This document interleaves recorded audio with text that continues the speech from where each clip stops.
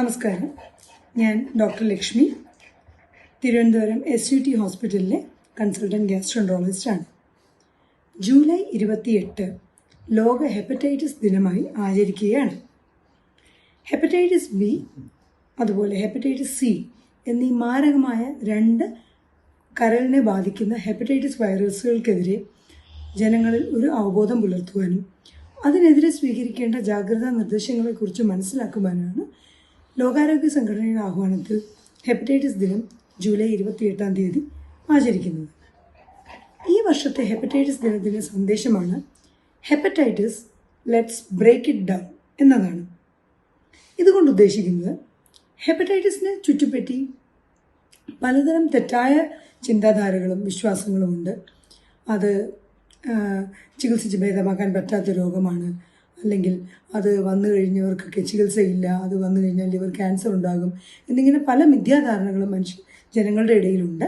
അപ്പോൾ ഈ മിഥ്യാധാരണകളൊക്കെ മാറ്റുവാനും ഹെപ്പറ്റൈറ്റിസിൻ്റെ ചികിത്സ എല്ലാവർക്കും ലഭ്യമാക്കുവാനും ഇത് തുടക്കത്തിലേ കണ്ടുപിടിച്ച് ചികിത്സിച്ചാൽ പൂർണ്ണമായും ഭേദമാക്കാവുന്ന രോഗമാണ് എന്ന ഒരു അവബോധം ജനങ്ങളിൽ നൽകുവാനും ഈ ദിനാചരണത്തുകൊണ്ട് ഉദ്ദേശിക്കുന്നു. ഹെപ്പറ്റൈറ്റിസ് ബിയും സിയും രക്തം വഴി പകരുന്ന ഹെപ്പറ്റൈറ്റിസ് വൈറസുകളാണ്.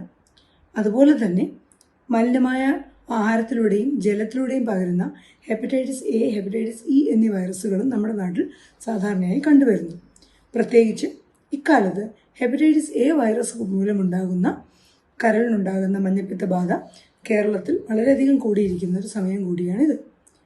അപ്പോൾ എല്ലാ തരം ഹെപ്പറ്റൈറ്റിസിനെതിരെയും ജനങ്ങളുടെ ഒരു അവബോധം സൃഷ്ടിക്കുക, ഹെപ്പറ്റൈറ്റിസിനെ അകറ്റി നിർത്തുവാനായി നമ്മൾ സ്വീകരിക്കേണ്ട പ്രതിരോധ മാർഗങ്ങളെക്കുറിച്ച് മനസ്സിലാക്കുക, ഇതെല്ലാമാണ് ഈ ദിനാചരണം കൊണ്ട് ഉദ്ദേശിക്കുന്നത്. ഹെപ്പറ്റൈറ്റിസ് ബി വൈറസിന് ഫലപ്രദമായ ഒരു വാക്സിൻ അവൈലബിൾ ആണ്. അപ്പോൾ ഈ വാക്സിൻ കൃത്യമായി ഉപയോഗിച്ചാൽ നമുക്ക് ഹെപ്പറ്റൈറ്റിസ് ബിയെ തുടച്ചു നീക്കാൻ തന്നെ സാധിക്കും. കുട്ടികൾക്ക് തീർച്ചയായും ജനിച്ച ഉടനെ തന്നെ ഹെപ്പറ്റൈറ്റിസ് ബി വാക്സിൻ നൽകേണ്ടതാണ്. ഇതുവരെ വാക്സിൻ എടുത്തിട്ടില്ലാത്ത പ്രായപൂർത്തിയായവർക്കും ഈ വാക്സിൻ എടുക്കുന്നത് നല്ലതായിരിക്കും. തുടക്കത്തിൽ കണ്ടുപിടിച്ചാൽ ഇത് പൂർണ്ണമായും ചികിത്സിച്ച് ഭേദമാക്കാം. ലിവർ ക്യാൻസർ, ലിവർ സിറോസിസ് തുടങ്ങിയ മാരക രോഗങ്ങൾ വരാതെ ഇരിക്കുവാനായിട്ട് ഈ ഹെപ്പറ്റൈറ്റിസിൻ്റെ ചികിത്സ നമുക്ക് സഹായിക്കും.